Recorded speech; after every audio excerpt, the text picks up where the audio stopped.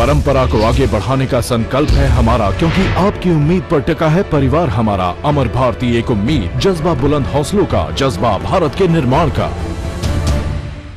प्रारंभ में तो जैसा कि आज क्षमावाणी का पर्व है, तो दो बातों के लिए तो मैं भी क्षमा आपसे पहले मांगना चाहता हूँ।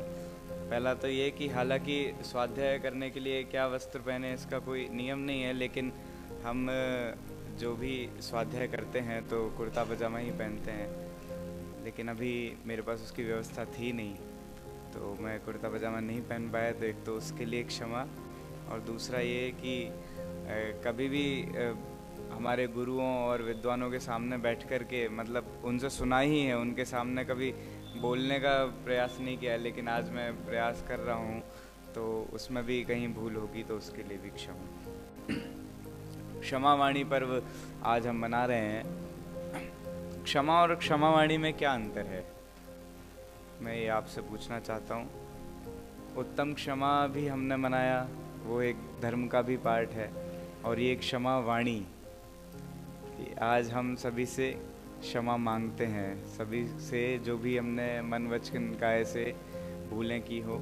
वो तो आपको सबको फॉर्मेट पता भी होगा ना, आजकल तो मैसेज चलते ही हैं, फॉरवर्ड करते जाते हैं, तो पूरे ग्रुप में हर जगह फॉरवर्ड हो जाते हैं। मन वचन काया से जो भी मैंने भूल की हो, जाने अनजाने में जो भी भूल की हो, उस सब के लिए मैं क्षमा चाहता हूँ। तो ये एक क्षमावाणी है। और हम जो शुरू में मनाते हैं उत्तम क्षमा, वो एक उत्तम क्षमा धर्म है। इन दोनों में अंतर क्या है?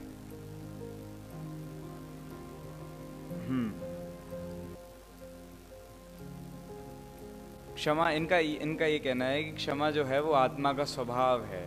जैसे बाकी अन्य तो जो 10 धर्म हैं वो आत्मा का स्वभाव है। कार्तिकेयानुप्रेक्षा में आचार्य कार्तिकेय ने लिखा है कि वास्तव में जो स्वजन हैं आत्मा के, वो ये 10 धर्म हैं। मतलब कि जो अपनी फैमिली यदि हम किसी को कहना चाहें, तो ये 10 धर्म हमारी फैमिली है, ये हमेशा हमारे साथ रहने वाले हैं। आप कभी विचार कीजिए कि भाई जब तीर्थंकर भगवान या फिर जितने भी भगवान हुए हैं सिद्ध परमेष्ठी, वो संसार में रहे होंगे और 10 लक्षण पर्व मनाया होगा, तो क्षमावाणी 10 लक्षण के बाद में उन्होंने भी मनाई होगी, सबसे जाकर के क्षमा की होगी, क्षमा ली होगी। लेकिन अभी क्या वो क्षमावाणी मना रहे हैं? लेकिन क्या उनको क्षमा धर्म प्रकट है या नहीं है?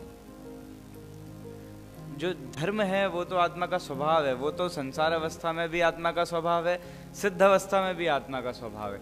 लेकिन जो क्षमा वाणी है वो सिर्फ हम लोगों के बीच में इसलिए है क्योंकि वो मुख्य रूप से मन वचन काया की प्रवृत्ति है।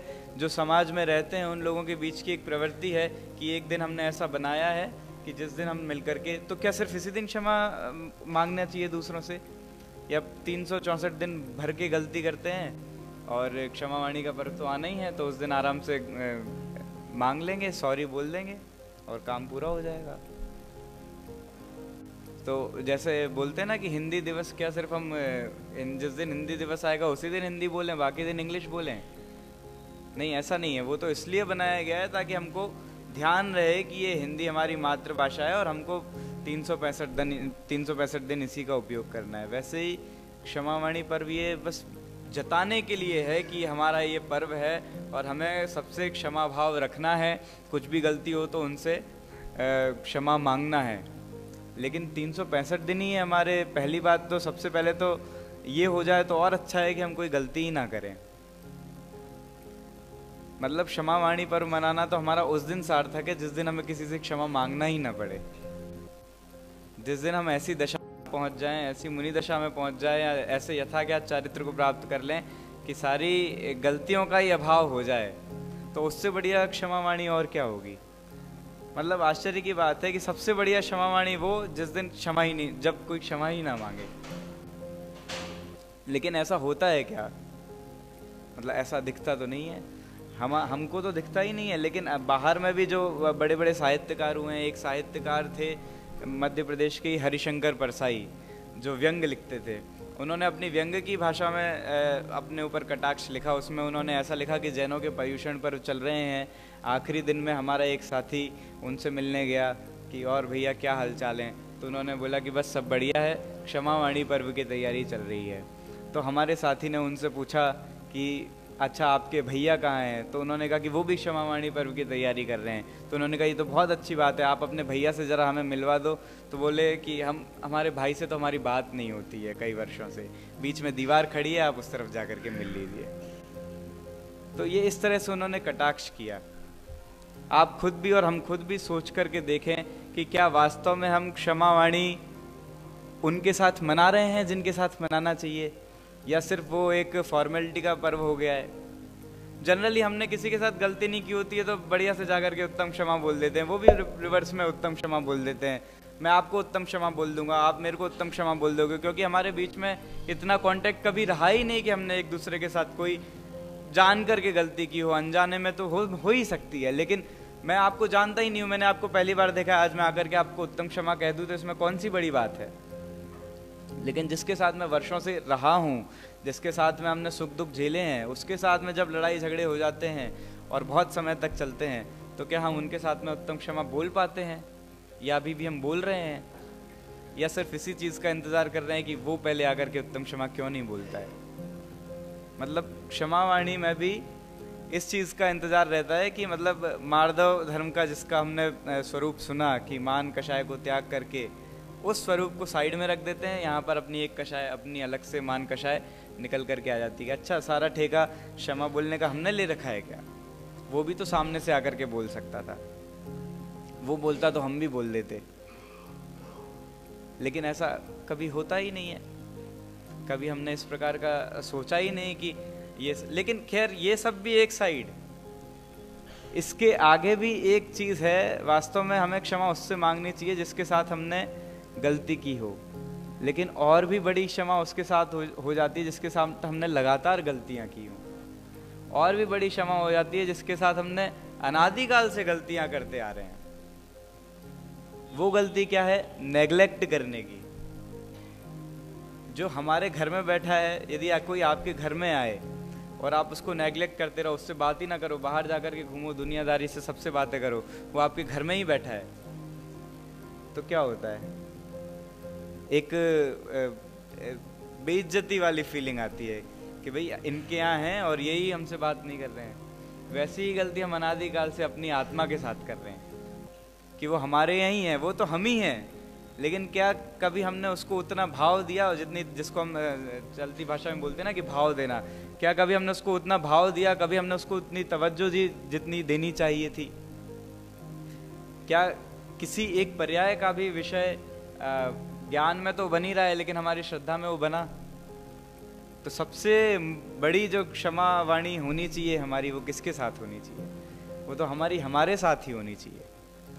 कहने की बात तो है कि भाई सबके साथ क्षमा मांग लो, सबके साथ क्षमा मांग लो, लेकिन क्या कभी हमने अपने आप से क्षमा मांगी कि हे आत्मा, अभी तक तो मेरे से बहुत गलतियां हुई, सारी विषय कषाय की बातों में हम लगे रहे, क्योंकि सुनी भी वही थी, है ना, समय सार की तीसरी गाथा में, क्योंकि सर्वत्र सुलभ थी, इसलिए हम वही सुनते रहे, उन्हीं काम भोग बंधन की कथा में लगे रहे, ना आपके बारे में जाना, ना कभी सुना।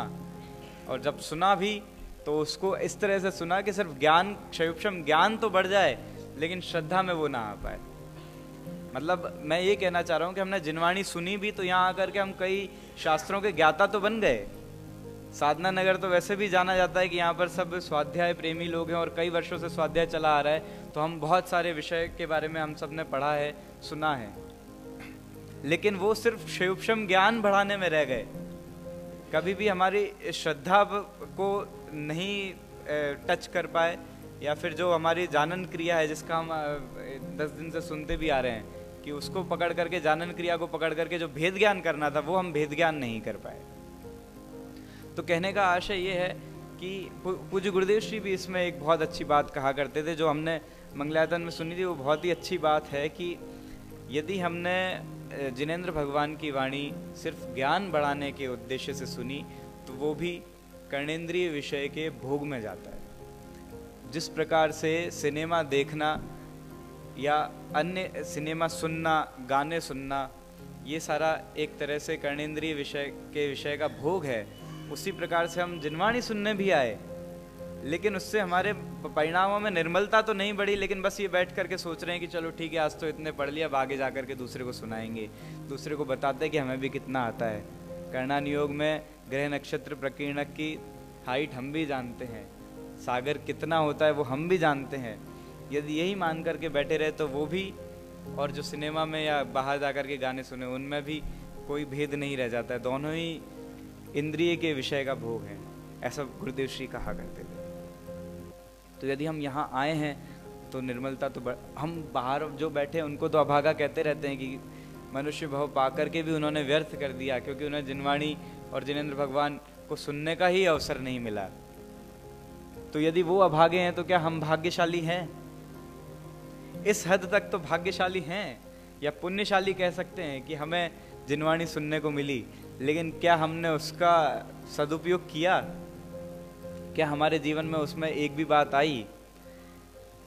क्या हम, मतलब आप ये सब सोचने की बातें हैं, इसमें ज़्यादा कुछ कहा भी नहीं जा सकता, हमको सोचना ही है कि जो समय है ये तो हमारा साथ ही साथ चलता ही जा रहा है। जैसा मनुष्य भाव बाहर जो लोग घूम रहे हैं उनका खत्म हो रहा है, वैसा ही मनुष्य भाव हमारा भी खत्म हो रहा है।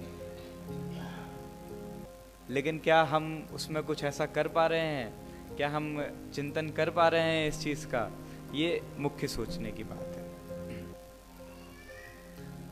तो क्षमावाणी पर्व आज हम मना रहे हैं। इसमें भी कई बार क्या उद्देश्य जो हमारा हो जाता है, हालांकि यहाँ तो हमारा नहीं होता है, लेकिन जब हम मंगलायतन विश्वविद्यालय में थे तो वहाँ भी क्षमावाणी पर्व मनाते थे। तो पहले 10 लक्षण में क्षमावाणी पर्व मनाया कि आप सब आएंगे, मतलब ऐसे ही सब लोगों को बताया कि क्या होता है क्षमावाणी पर्व। आप सब आएंगे, हम सब एक दूसरे से क्षमा मांगेंगे और क्षमा धर्म और क्षमावाणी के ऊपर और 10 धर्म पर ओवरऑल चर्चा करेंगे। तो मुश्किल से 5-10 लोग इकट्ठे हुए। अगली बार हमने क्या किया कि क्षमावाणी पर्व तो मनाएंगे ही, उसके बारे में ज़्यादा नहीं बताया, ये बता दिया कि लेकिन साथ में अल्पाहार की भी व्यवस्था है। तो फिर बहुत सारे लोग आ गए। फिर अगली बार ऐसा रखा कि पूजा होगी, फिर उसके बाद अल्पाहार होगा, उसके बाद में क्षमावाणी की चर्चा होगी, उसके बाद भोजन भी यही है। तो पूरा हॉल ही भर गया। फिर तो हमको रस किस चीज का आ रहा है? यहाँ तो आप सब बड़े लोग बैठे हैं, इसलिए आपको मैं इस भाषा में कहना चाहूँगा कि जो भी आपके यहाँ पर नई पीढ़ी है, यदि वो बचपन से ही सीखे तो उनको फिर रस भोजन में नहीं आएगा, उनको रस फिर क्षमावाणी का पर्व जब उसकी चर्चा करेगी तब आएगा। कभी कभी हमको लगता है, हम जब बाहर जा कर के देखते, कल हमारी ड्यूटी, मतलब कल बोले या आज बोले, हमारी पूरी रात भर ड्यूटी भी थी, पूरा युवा वर्ग ही था, क्योंकि बाकी लोगों को तो सोना है, आराम से रहना है, नौकरी पे जाना है। जिन लोगों को कोई काम ना हो या एकदम मस्ती करने का मन हो पूरा, तो वही लोग वहाँ पर थे। तो कभी कभी बीच बीच में 2-4 बार हुड़दंगई भी ऐसी मच गई, क्योंकि रात में 2-4 बजे का समय, किसको पता क्या हो रहा है क्या नहीं हो रहा है। तब लगता है कि ये इन जनरल भी देश का युवा वर्ग कहाँ जा रहा है, और यदि हम हमारे समाज का भी देखें तो युवा वर्ग कहाँ जा रहा है। यदि हम लोग पहले से ही थोड़ा सा उसमें पुश करते रहें कि हमको मंदिर जाना है, हमको 10 लक्षण में एक एक धर्म का स्वरूप समझना है, क्षमावाणी क्या होती है उसका स्वरूप समझना है, विद्वान आए तो उनसे चर्चा सुननी है, समझनी है, तो शायद मैटर थोड़ा अलग हो सकता है। अभी तो कोई उसका मतलब ही नहीं है, उस पर कोई चर्चा करने का कोई सेंस ही नहीं बनता है। समय सार नाटक मैंने अपने समक्ष इसलिए मंगवाया है क्योंकि जिस भगवान आत्मा की अभी हमने चर्चा की कि जिससे सबसे ज़्यादा ज़रूरत है हमें क्षमा मांगने की, उसके बारे में एक बहुत ही अच्छा छंद इसमें है। वो मुझे पूरा याद नहीं है, लेकिन उसमें ऐसा उदाहरण दिया है कि आप ही सरोवर हैं, उसमें आप ही कमल हैं, उसमें आप ही भ्रमर हैं, और आप ही को उसकी सुवास पहचाननी है। तेरो घट सर तामे तू ही है कमल या को, ऐसा उसका कुछ है। देखते हैं, यदि मेरे को भी मिलता है तो मैं उसकी चर्चा करता हूँ। ये रहा अजीब द्वार में, यदि इधर है तो ठीक है, नहीं तो मैं अजीब द्वार में पेज नंबर 56 है, तीसरे नंबर का छंद है।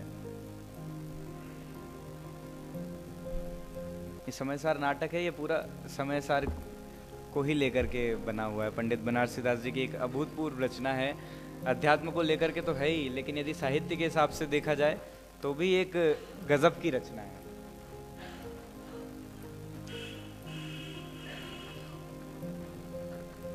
जीव द्वार आ गया ना, इसके बाद अजीब द्वार है। हाँ, इसमें तीसरे नंबर का।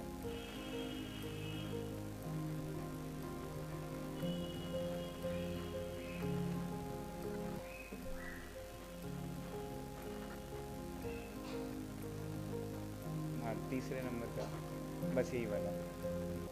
ये इतना सरल छंद है, समय तो हो ही गया है, इसलिए सिर्फ इतना सरल छंद है कि एक बार हम पढ़ेंगे तो भी उसका मर्म समझ में आ जाएगा। तो हम एक साथ पढ़ेंगे, फिर देखते हैं, एक बार उसका 1 मिनट में अर्थ भी ले लेंगे। भैया जग वासी तू दासी वह के जगत सो, एक 6 महीना उपदेश मेरो, और संकल्प विकल्प के विकार तजी, बैठी के एकांत मन, तेरो घट सर तामे तू ही है कमल, ताको तू ही मधुकर वै सुवास पहचान रे, प्रापति न वह कछु ऐसो तू विचार, तू सही वह प्राप्ति स्वरूप। मतलब कि तू ही सरोवर है, उसमें तू ही कमल बन जा, उसमें तू ही भौरा है, और बैठ करके आराम से अपने स्वरूप की जो सुगंध है उसका अनुभव कर। और आखिरी लाइन इतनी गजब की है, यदि तेरे को थोड़ा सा भी डाउट होता है कि प्राप्ति होगी या नहीं होगी, होगी या नहीं होगी, ऐसा विचार आता है, तो सोच ही मत, सही वह है प्राप्ति, 100% होगी ही होगी प्राप्ति। बस यही स्वरूप है इसका। तो करना क्या है फिर इसके लिए? भैया जग वासी तू दासी वह के जगत। बस एक बार उदास होकर के तो देखो जगत से, एक बार सोच करके देखो कि आसपास के जो विषय कषाय के परिणाम हैं वो अच्छे नहीं है, उनसे उदास होकर के एक बार अंदर में तो आओ। एक बार अंदर में आ गए तो पूरा काम हो जाएगा। यही क्षमावाणी का स्वरूप है, और यदि यही हम समझ गए तो वास्तव में हमारा क्षमावाणी मनाना सार्थक है। और हमने एक बार इतना अच्छे से ये छंद पढ़ा है, तो मैं चाहूँगा कि एक बार फिर से इसको पढ़ करके अपनी वाणी को विराम देंगे। भैया जग एक 6 महीना उपदेश मेरो, और संकल्प विकल्प के बैठी के एकांत मन, तेरो घट सर तामे तू ही है कमल, ताको तू ही मधुकर वै सुवास पहचानू रे, प्रापति न वह कछु ऐसो तू विचार, तू है यूं ही जानू रे।